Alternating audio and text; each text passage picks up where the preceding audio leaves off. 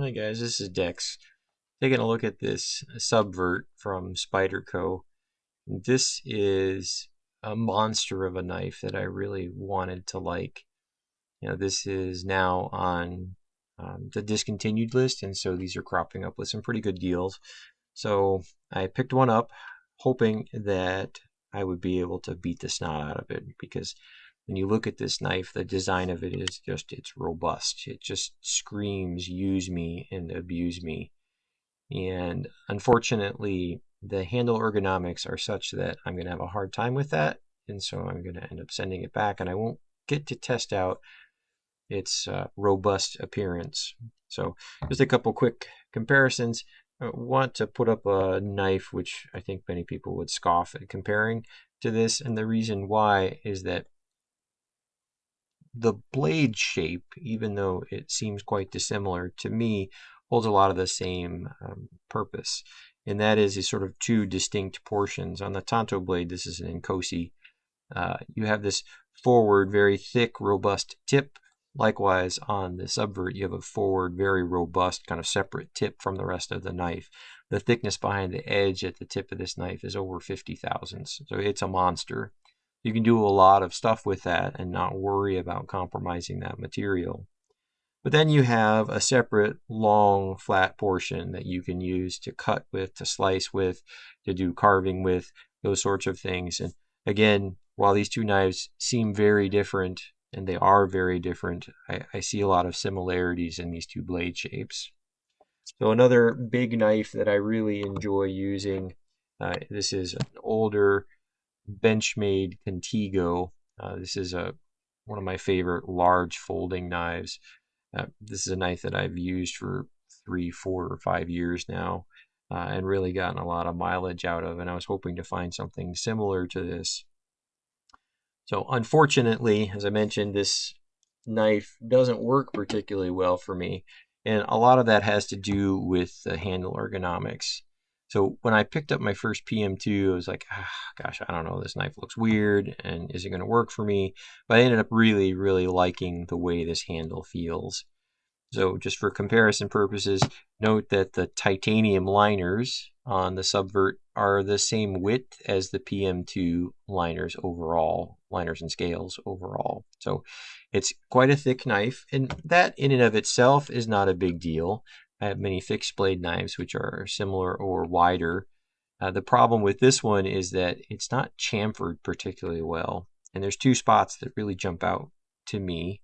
One is right here, this forward finger choil. It's a little too far back for me in this position, and when I rest my finger here, it's too far forward, and my middle finger feels like it's floating over this space. So the position I would like to be in is right here. The problem is then this nub digs into my index finger, and it's really uncomfortable. And you could grind that down. You'd have to take down blade and titanium liner in order to get there, but you could do it. It's a lot of work for a very expensive knife, and I'm not sure that I could bring myself to do it. So that's one. The second issue is back here. These liners, again, quite thick. I don't mind the thickness. What I mind is that these edges are not really chamfered. They could be brought down closer to the thickness of the titanium liners, and that would make it a lot more comfortable in a firm grip. So those are the ergonomic issues for me with this knife.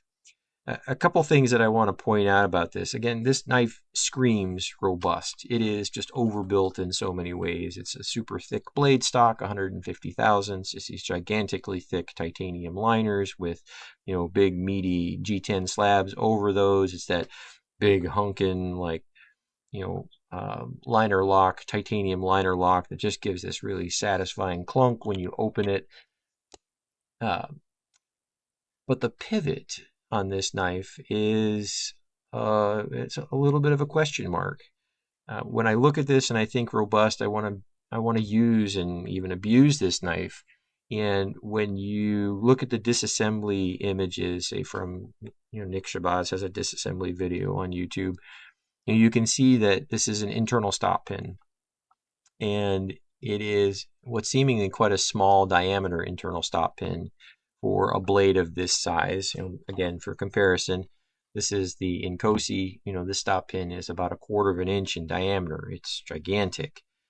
This one is much, much smaller than that. And in order to install it, you have to cut a groove through the blade, a semicircle shaped groove through the blade in order to allow it to travel. And that, to me, removes some of the cross-sectional thickness of the blade at sort of a pivotal, pardon the phrase, a pivotal point. In that's a place where you need extra strength to carry the forces from the blade into the handle. And so the decision to make that an internal stop pin and to cut that groove, it kind of works against the overall aesthetic, the overall robust build. The second thing about the pivot that caught me off guard when I looked at the disassembly video is the diameter of the bearing surface. This uses ball bearings, which is fine.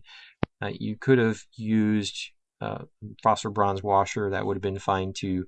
I take issue with the diameter of it though. Again, this is quite a large knife. It's a very long knife. And so small forces out at the tip, lateral, transmit to big forces down here. And I worry with the dissimilar metals, somewhat softer titanium, that as you work this knife back and forth, you're going to create a fair bit of wear in that joint.